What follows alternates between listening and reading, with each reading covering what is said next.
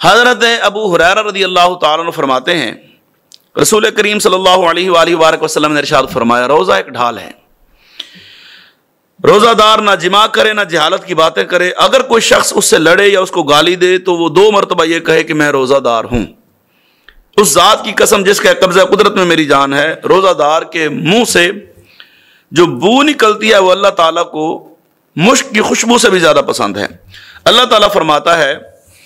کہ روزہ دار اپنے کھانے پینے اور نفس کی خواہش کو میری وجہ سے ترک کرتا ہے، روزہ میرے لیے ہے اور میں ہی اس کی جزا ہوں اور میں اس کو جزا دوں گا، اور باقی نیکیوں کا اجر 10 گنا ہے۔